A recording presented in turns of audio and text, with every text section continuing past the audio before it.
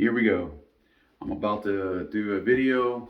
It's going to be more of a reactionary video. It's going to have Kent Sterling on it.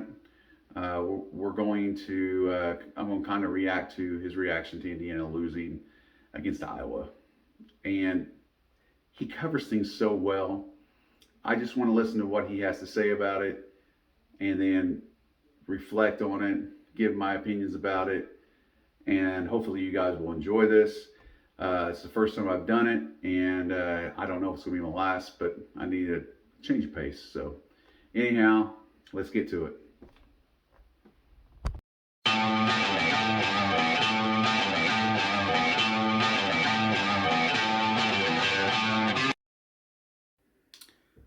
Full disclosure, I have done this already once. And unfortunately, I had no sound on my side. So we get to do this again. This is now the second time I've watched this video.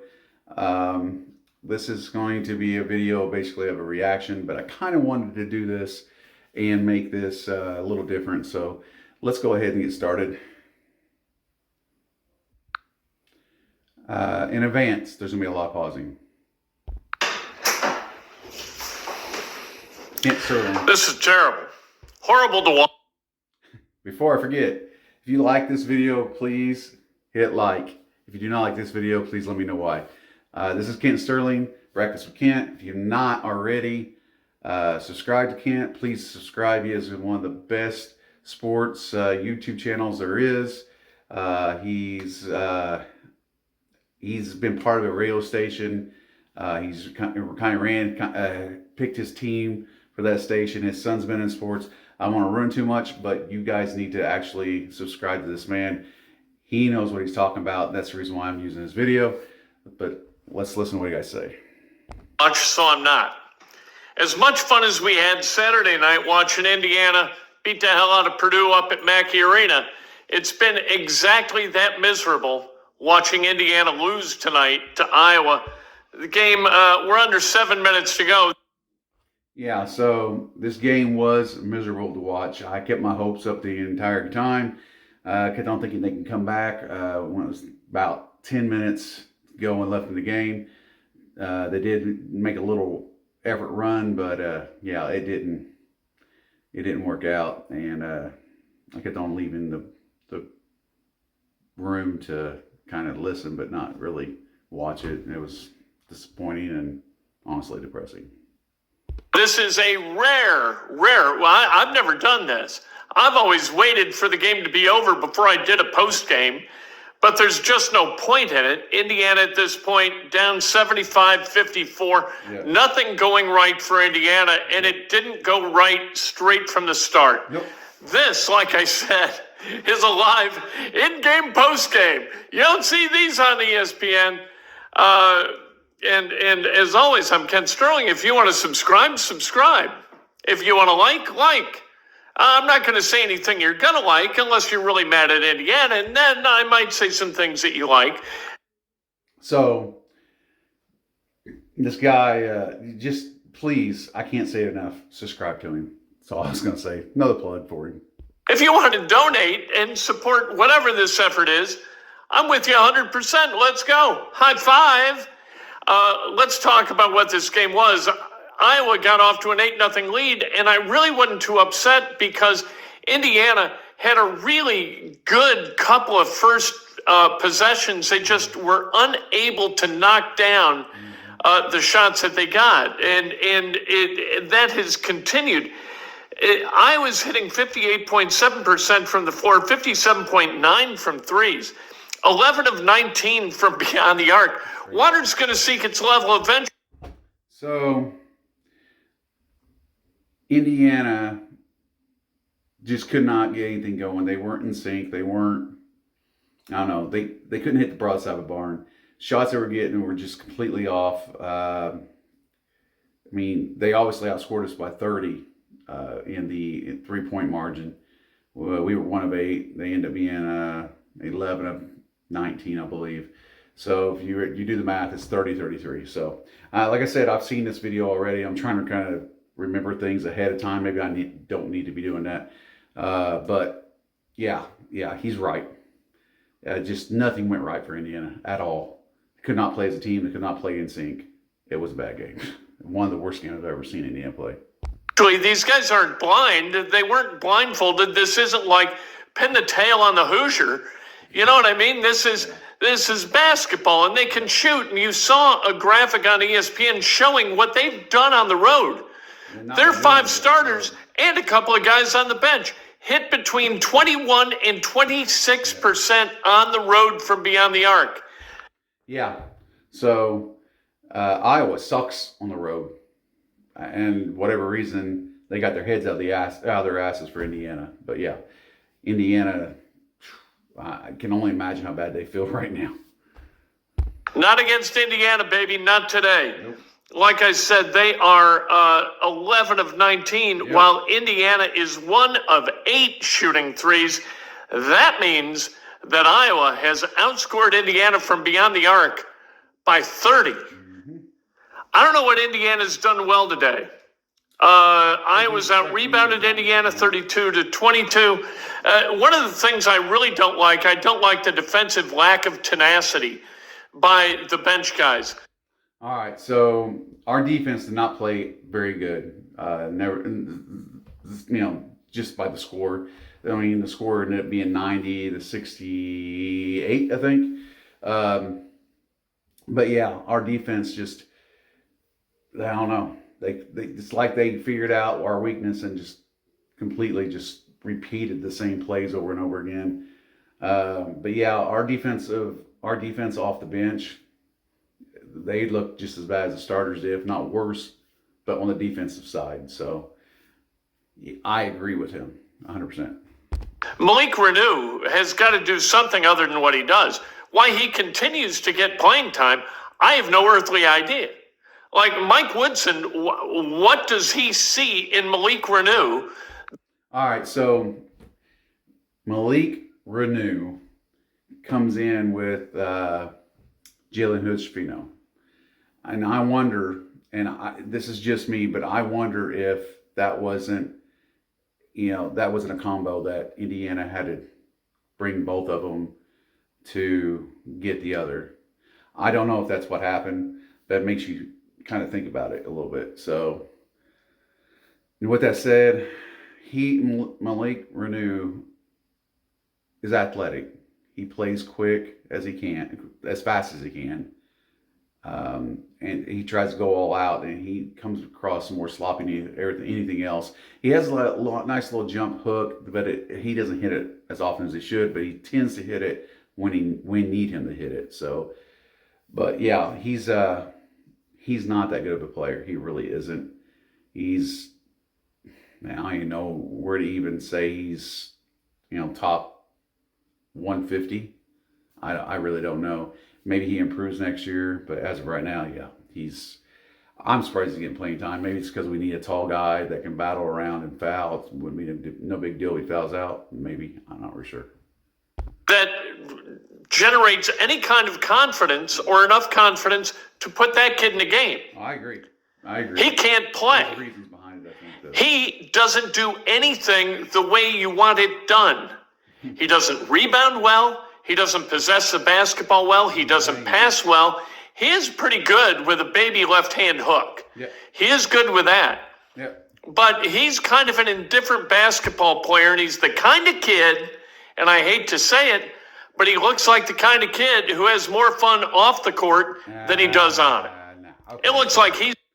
So I think he's a little steamed. He's saying some things, but I don't think that's the case. I just don't think he's as good a player as everybody else on the court, and he's having a hard time trying to prove himself on the court. He does have a nice little hook. I think he's kind of like I don't know if anybody remembers the Davises from the Pacers, but what they called them the Davis brothers. But one of them came in just to bang bodies, and I think that's kind of like Malik Reneau's spot. If he actually fouls and ends up fouling out, not a huge loss. But he's a tall guy who can get a tall pass up high, and possibly beat somebody else. But he does. He struggles with the pass. He struggles with a little bit of everything, but he does have a nice little hook shot. Enjoying college for all the reasons that I enjoyed college. I'm not judging, but if you're going to play basketball at Indiana, I think, the 17,000 plus in attendance deserves something better than what he brings. Tamar Bates, wow. Caleb Banks, wow. These guys get lost on defense like it is their job to get lost on defense. He's right. The switching, like, to me, if you got guys who aren't very good at something, you need to keep it simple. And I think our defense when it comes to the bench is a little lost. But they play a lot of man. And I don't know if the switch off for that man play is fluent, or maybe they don't do it enough. I'm not really sure. I'm not there, but they do seem like they have not practiced playing defense enough. They just don't have the flow of the game to play the defense that Indiana's putting on the court. He's right. Indiana, from a defensive standpoint, does not keep it simple at all. I think they complicate it. And I understand why. But if you got the wrong players on the floor, when you complicate defense, you're going to give up easy buckets. And Indiana has done that, again, like it's its job. All right. So I said I was going to pause on it a lot. I don't know that Indiana does a lot of difficult defense. They play a lot of man, and they do, like, I think I've seen them play like man on man with 3 out of the 5 players, and depending on who has the ball, switch the zone. I'm not real sure. There's a lot of man on man on Indiana. I don't know how that defensively that's, unless he's talking about the switch offs, because it's an automatic. Indiana does have defense. Instead of trying to stay on your man, if you have a screen coming up, it's an automatic switch off, and the big guy should always go underneath, and then it rotates forward and back. So you get the best guy on the guy that just switched off as you can have. But yeah, no, I don't know how difficult. He may know something I don't know. Like I said, he's been doing this a long time. I've been watching basketball for a very long time, and I played basketball in high school. So, and he's been focused on this for years, and he knows what he's talking about. I just not for sure exactly what that is. And the only thing I can think of is their scheme on switch offs. But yeah, I kind of agree, kind of don't. Tonight. And you can't win that way. Whether you're playing Iowa or Minnesota, Illinois, Nebraska, it really doesn't matter who the opponent was tonight if this was going to be the effort. Yeah. You wonder, Indiana coming home from Purdue, I don't know what they did when they got home, but maybe they're still a little bit groggy. I don't know. This is not... Yeah, so, yeah, I don't know. They may be a little groggy, but I don't think it's a lack of effort. I really don't. They weren't in sync. They couldn't play as a team. It was like, I'm trying to think of somebody. It's like Michael Jordan went to bed and woke up as, Shaquille O'Neal, but still playing his spot. That's the best way I can explain it. It's like Shaquille O'Neal trying to play Michael Jordan's spot. It just everything was backwards. It's like, it's like the trade of the skills set. It's just nothing was going right. But anyways, I'm rambling. Not a great effort. Trace Jackson Davis became the all-time leading rebounder. Yes, he did. And, well, somebody's got to get them rebounds, right? Yeah. Tonight he's got 24 and 11. Really disappointing because it's right there for him if they care enough to value it. Like I said, at 11 and 7 in the Big Ten, you win this game, you go to 12 and 7, and you kind of you go a long way toward asserting yourself as a double bye team in the Big Ten tournament. They've still now This game was a very important game. I have not spoke about it yet, but this game was a very important game to win. It was a gimme game, is what everybody thought it was going to be. Obviously, I thought it was going to be a gimme game, especially with Iowa's history and playing on the road. However, it's not the way it turned out. But losing this game puts them in a situation where they can actually be a 7th seed, and they're still. I mean, they're going to be in a better situation than they were last year. We had to play in. They'll be in, but they will not be able to set. They will not have a bye game, so they'll have to play throughout the tourney. With that said, they're still better off than what they were last year, but they have really crippled their chances on getting that bye week. And that bye week really matters. So let's see what else he says. Oh. A shot at that. They can go in Sunday to Simon Scott Assembly Hall, redeem themselves a little bit, and beat Michigan, and still wind up with a double bye. That could happen. This game might have no effect on that whatsoever, but it will have an effect on the seeding in the NCAA tournament, and it's going to drop Indiana out of a top 4 seed and out of a geographically protected slot in the NCAA tournament. And I wonder if the guys playing even know that. I wonder if they have any idea. Yeah, see, he's got a point, and that's what I was saying. And this loss really screwed them in the NCAA. Now, if Indiana wins the Big Ten, I know that automatically puts them into the NCAA tournament, but would they get a better seat? I don't know. It's a good thought, though. I really don't know. I wish I could ask him.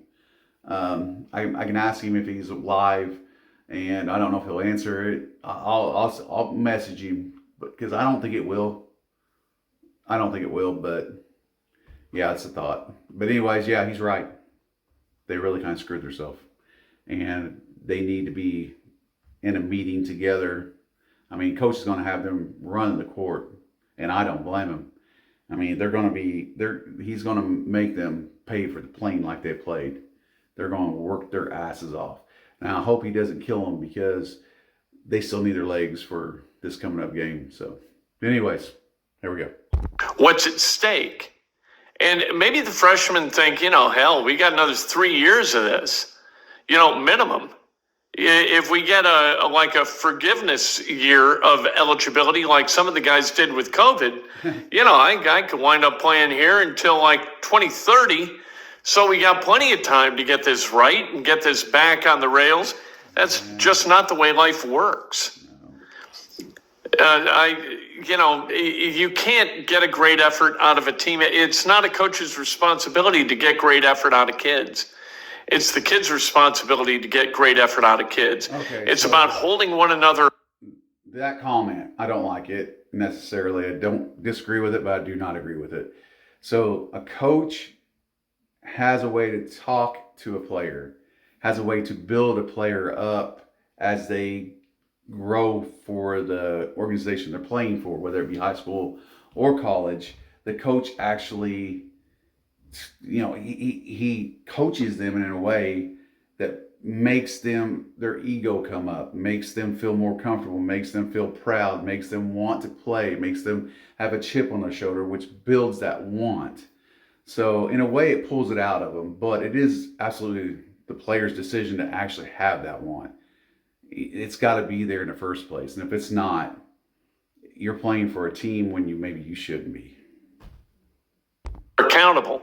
And I hope that all the guys who are going to flee Bloomington and the Indiana program at the end of this year, not flee it, but, graduate from it. They're not going to run from it, but Trace Jackson Davis, Race Thompson, Miller Kopp, Xavier Johnson, Jalen Hood-Schifino is going to be gone after this year, you would think. They've got to. Yeah, so Jalen Hood-Schifino probably will be gone. Trace Jackson Davis, everybody he's talking about was going to be gone. And that's your starting lineup. Who do you have left? That's the question. Who do you have left? And for Jalen Hood-Schifino, hopefully Mike Woodson can talk him into staying at least one more year. At least one. And hopefully you can pull a couple of good freshmen to play. Hope you can get those scouts out there and bring on, number one playing guards, or at least like one guard and a decent forward, and you're gonna need a center. So yeah, what's our team gonna be? What's it gonna be like? It's a good question. Have a talk with some of these guys and pin them up against the locker and say, look, God, you know what? You're not gonna put me in a position where I'm gonna lose my last college game. If you don't give good effort, we're gonna have a talk, and it's not gonna end well for you. And it's gonna be more than a talk. Now you better get your head out of your ass, and you better find a way to play better defense. I know exactly what he's talking about. Situation I didn't care for. A lot of when I played football, a lot of this fell into play. But yeah, if you didn't play well, or if you came to a game exhausted because you get no sleep for whatever reason, the team let you know. There was a situation that I was not involved in. If I was, maybe I could have changed it, but there was three or four players got suspended for the year. I think it was four. Two of them ended up moving to two different schools. Another one didn't play football at all any longer than. And the last one finally did. He did stick with the team, but there was a freshman that was taped to a bench, which I do not agree with at all whatsoever. Not then, not now, not ever. But they were trying to make a point because he made a comment about how does it really make a difference on a game. I was there when he made the comment. I had no idea this was going to happen, and it happened. Very, very bad judgment on their part. They paid for it. The freshman ended up moving to another school. He was a freshman. I really didn't know him very well. It was fairly early in the season. From what I've got to know him, he seemed like he really liked the game. So hopefully he continue playing. But yeah, you got to hold guys accountable, and just not like my players did. So not throwing no names out there. So yeah, but you gotta hold yourself accountable. You gotta the players around you. You gotta hold you accountable as well. If you're gonna play well, then let's congratulate each other and enjoy the win. But if you're gonna play bad, we need to say, hey, what's going on? Is there something we can do to help you play better? Because this can't happen no more. And that, or again, we're gonna go. And if you do that, maybe you get a response. Maybe it's not a pleasant response. Maybe a guy decides, you know what, there's some serious men in this locker room, and I'm going to start ponying up, because the consequence for not ponying up is getting my ass kicked, and I don't like getting my ass kicked. So I'm going to go out on the floor. I'm going to play as hard as I can. I'm going to figure out what that looks like. Yep. This was not it tonight. Overreacting to one loss, you know what, is dangerous. But underreacting to one loss is worse. That is bad. And Indiana needs to not underreact to this, giving up a lot of points in this game. Fran McCaffrey has sat and paid attention to the game tonight. I haven't seen him up on his feet doing crazy things like stare downs, but what are you going to do? You've been in control the entire game. What are you going to yell at? You're going to yell at the refs? You're not going to yell at your players. It's 79-58 right now with 3:19 left. The foul situation, I kind of feel bad for. So if you don't know already, Indiana allowed 90 points. It was like I said, it was a bad game. Indiana just could not get nothing going. I think once they got so far behind, they kind of start getting down on themselves. And once you start getting down on yourself, from personal experience, nothing goes right. You can't hit nothing. You can't do anything right. It's an emotional roller coaster. With that said, Trace Jackson Davis does become the new record holding for rebounds. So that's a good thing. He's still got his 20 plus.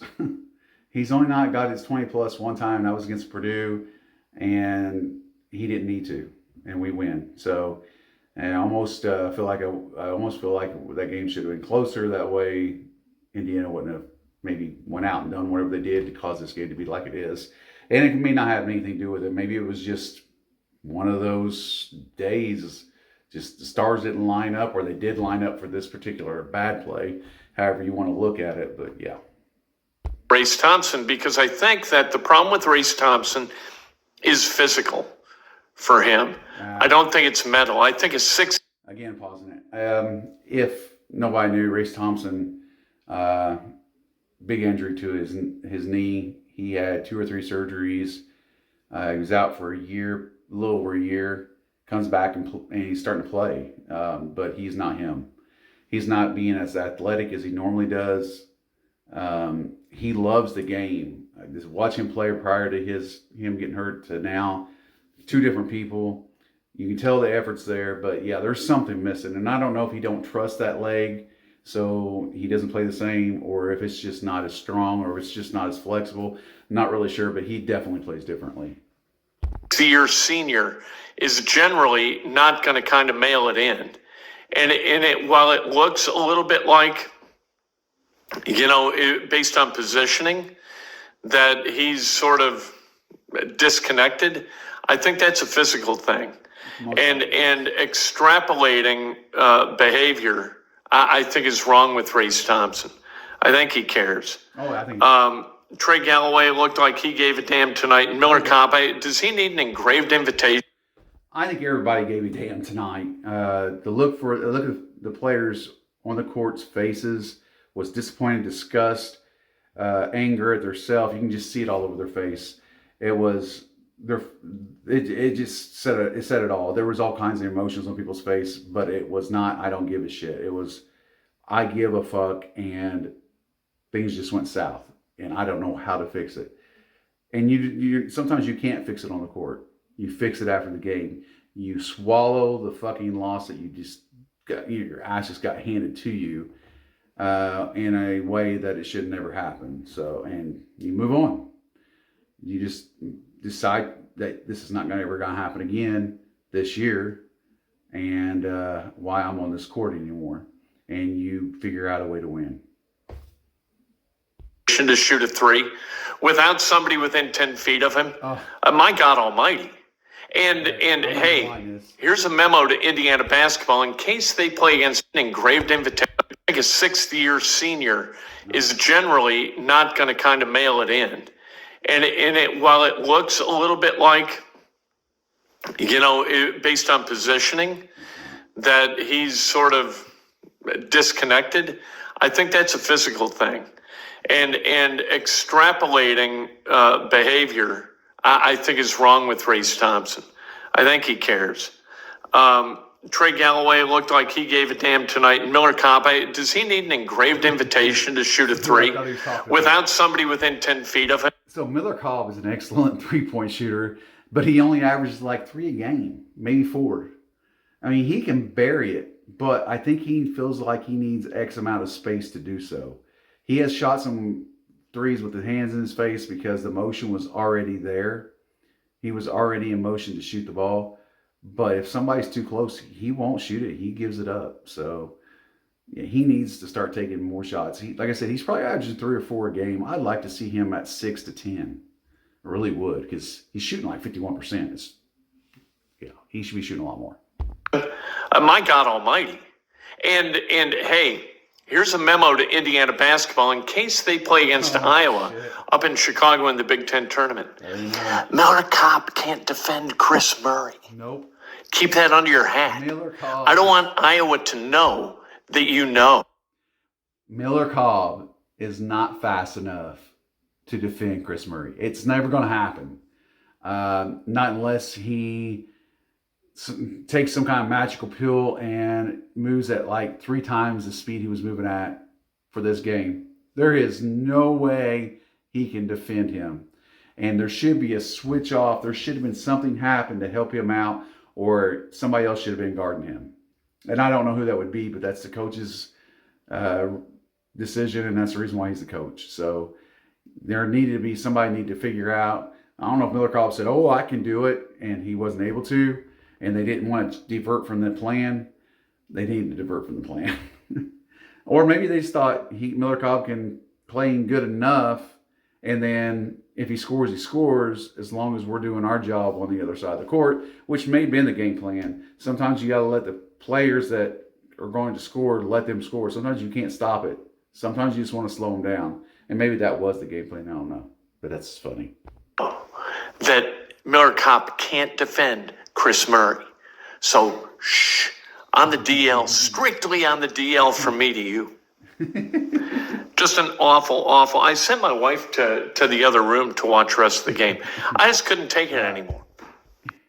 I don't know if you're actually going to watch this. I feel you, man. I feel you. I went into a deep depression watching this game to the point where I'd go to the kitchen for anything at all just to be able to listen to it, not see it. I did finish watching it, and me to you, yeah. I had to pep myself back up before I went and laid down, or I probably would have had nightmares. Bad game. It was a horrible game. I said, Julie, I'm done. Yeah. I can't watch anymore. I've got to start talking. Yep. Because at least that's going to keep me from falling into a deep funk about this basketball team and the lost opportunity that this game and this loss represents for Indiana. And you learn this as you get older. I mean, no 19-year-old thinks, oh no, what did I just blow? You know what I mean? Like, that doesn't happen. You get that way when you're a senior. So, quick story. High school. I was running track my freshman year. I had some friends from middle school that ran track. Thought I was pretty quick. They thought I was pretty quick. They wanted me to join. I joined for 1 year. I forget who we was running against, but the track meet, it was at home, and I was feeling good. It's probably the best I've ever felt playing or being in any kind of sport. And for whatever reason, I don't know, I was faster than normal because it was the first corner, second, I think it was the first lap, second corner, and I felt like I can push forward, and I just sped up just a little bit, felt comfortable, not wore out, all night close, not huff puffing. I felt like I was just full of energy. And I'm talking to short sentences or short words, trying to push my players in front of me to move faster. And it got to the point where I realized he was pushing as hard as he could, and he just wasn't going to get it. And normally he could hang with me. So after me talking my shit and the best I could with running, getting him to move forward, his name was Jack, and God help him. It's more my fault, but I was on a verge of breaking our school record on lap time, and I had no idea at the time. But I went to go around him, and I said something to him as I went to go around him, trying to get him to speed up, and I ended up passing him. But as I passed him, I got my foot tangled with somebody else, because I was more focused on trying to get him to help, trying to push him. I feel like if I would have not said anything to him and I just did my thing, I would have not only won the race, because I did trip fall, got back up and sprinted, and I ended up finishing the race second or third.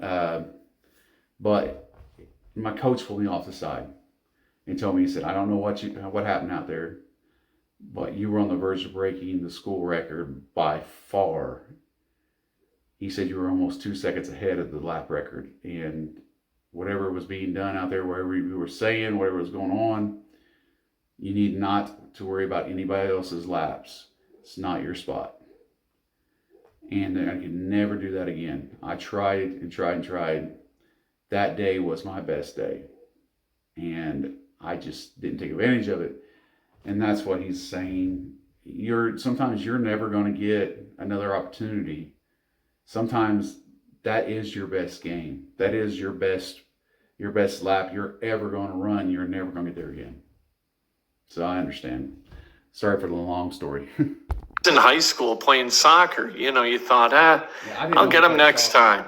right? Sophomore year, we played in the state championship at Victory Field and got beat by Heritage Christian.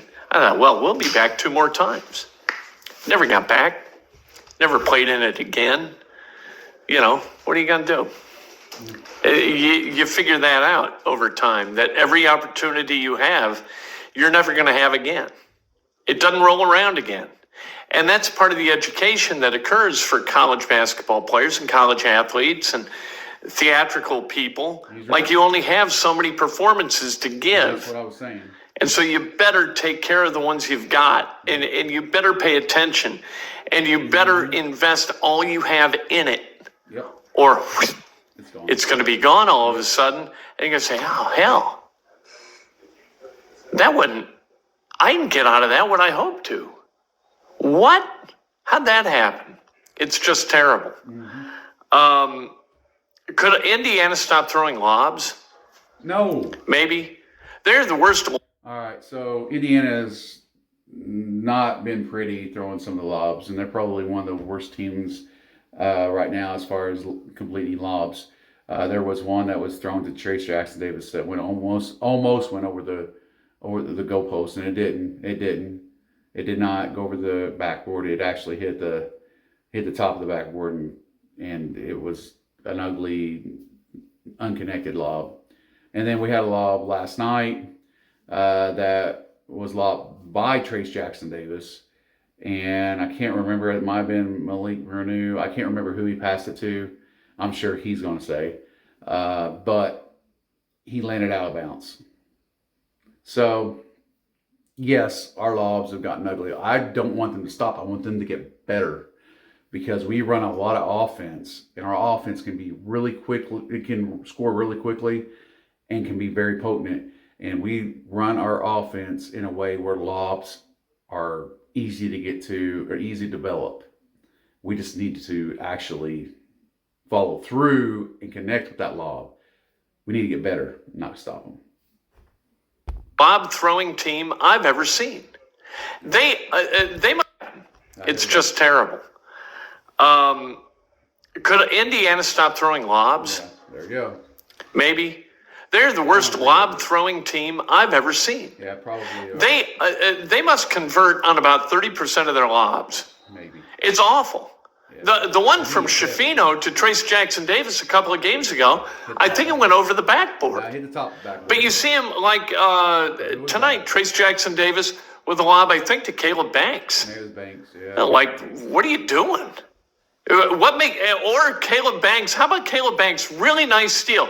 It's never enough. They always have to press their advantage. This is the kind of mindset, the kind of philosophy that casinos are. All right, so before he even finishes right here, we had 5 turnovers to start the second half off. And he's talking about one of these turnovers right here.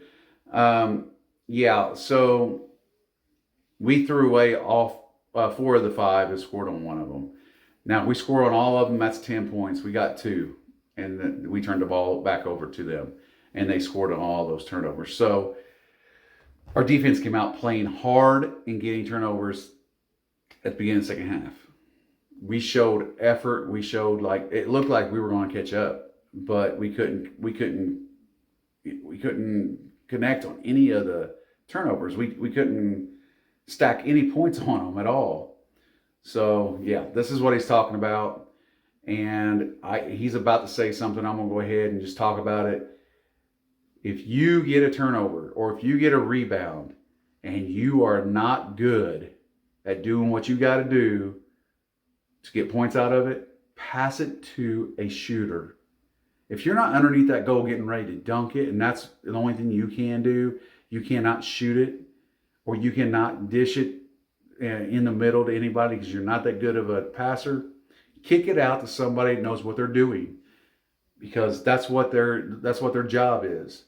And there is a couple people on Indiana's team that does not kick it out. What they want to do is they want to try to score instead of kick it out. They need to kick it out. Kick it out. There's no reason why you guys should be shooting threes. And I'm not going to mention no names because I get a bunch of hate mail. Besides that, it's Indy. I don't really want to throw nobody's name out there. It's my team. every one of the players have a position they play for, and they do a good job doing it. But when they get out of their comfort zone and they try to force things to happen, it just doesn't happen. But nevertheless, let's move on. Hilton, hey, I doubled down and I won both. I'm riding this wave. And you just stack your chips, and then, you hit a 16 with a 10, and you're bust. Caleb Banks gets a nice steal, brings it up, and what? What was he doing? Let the scorers score. There's a reason why you're not trusted to put the ball on the deck and take it to the rack, after 50 feet of dribbling. There's a reason why you're not trusted to finish, because you can't. So don't. I'm telling you, man, they better get work done this year, because next year, here's what you're looking at as far as starters for Indiana. And this is like off the top of my head. So if I miss somebody, all kinds of people oof. Gonna be gone. All right, forgive me, but oof. Yeah. Trey Galloway. Yep. Okay. Caleb Banks. Yep. Malik Renew. I mean, my God. Yeah, that's not. There's not. Who is going to play for this basketball team next year that you have hopefully a skosh of trust in? Who? So he's got a point, and I'm hoping that or Mike, I'm saying Mike Davis. Hopefully our coaches come together and actually Woodson gets our draft equity out of them, or draft equity, not really necessarily draft equity, but we get people that's going to come to Indiana out of high school that's actually highly thought of, that are really good guard, a really good center, because we're going to need a center, we're going to need a guard, because we ain't going to have nobody. He's absolutely right. We are not going to have anybody that's got any time invested in college ball that's going to understand how fast they got to move. We need somebody that's up and ready. And I don't know exactly how Indiana's going to do it. I have faith in Mike Woodson, and I'm sure he's going to figure it out. But yeah, we ain't going to have a whole lot of anybody. So we need to capitalize while we have the players on the court this year, because come next year, it's looking rough. Is that guy. So we better enjoy this year. And this team, it's 84-62 right now with 2:10 to play, or it was the last time the screen refreshed. And it's just an absolute nightmare. 1 of 10 from beyond the arc. Trey Galloway, 1 of 4. Nobody else has made one. Indiana 13-16 from the line. That's good. But they've given up 12 threes. Iowa 54.5% from beyond the arc, 54.7% overall. That there pretty much speaks for the rest of this. So Iowa shooting over 54% from behind the arc, and they hit 12 3-pointers. That's 36 points to our 1-3, which outscores us 33 points behind the arc. It's just that there speaks for itself, and part of the reason. I mean, you take away 33 points, which they're going to get threes regardless, but that's just crazy number. You take away 33 points, and we win this game. So, yeah, they were on fire. It just wasn't our night. Again, Kent Sterling, Breakfast with Kent. Find him on YouTube, subscribe, because he is great. He's when it comes to sports, he breaks down really well. He's got inside information. Trust me, you'll love this guy. With that said, I'm going to end this video. If you like how I did this video, I will get better at it, and we'll do a few more. This is not going to be my ongoing thing that I do, but the reactionary and kind of trying to play off of what is being said in this next video that I do. It's going to be like this. It's probably going to be Kent as well. But yes, Indiana had a horrible game, and hopefully you liked this video because it was hard for me to do because how bad it was as far as Indiana's play. So anyhow, if you like this video, please like. If you didn't like this video, please tell me why you didn't like this video. That way I can do it right the next time. And if you enjoyed this video, please let me know you enjoyed it. And if you did not really enjoy this video, please scroll down and find something you might like. But until next time, I'll catch you guys later.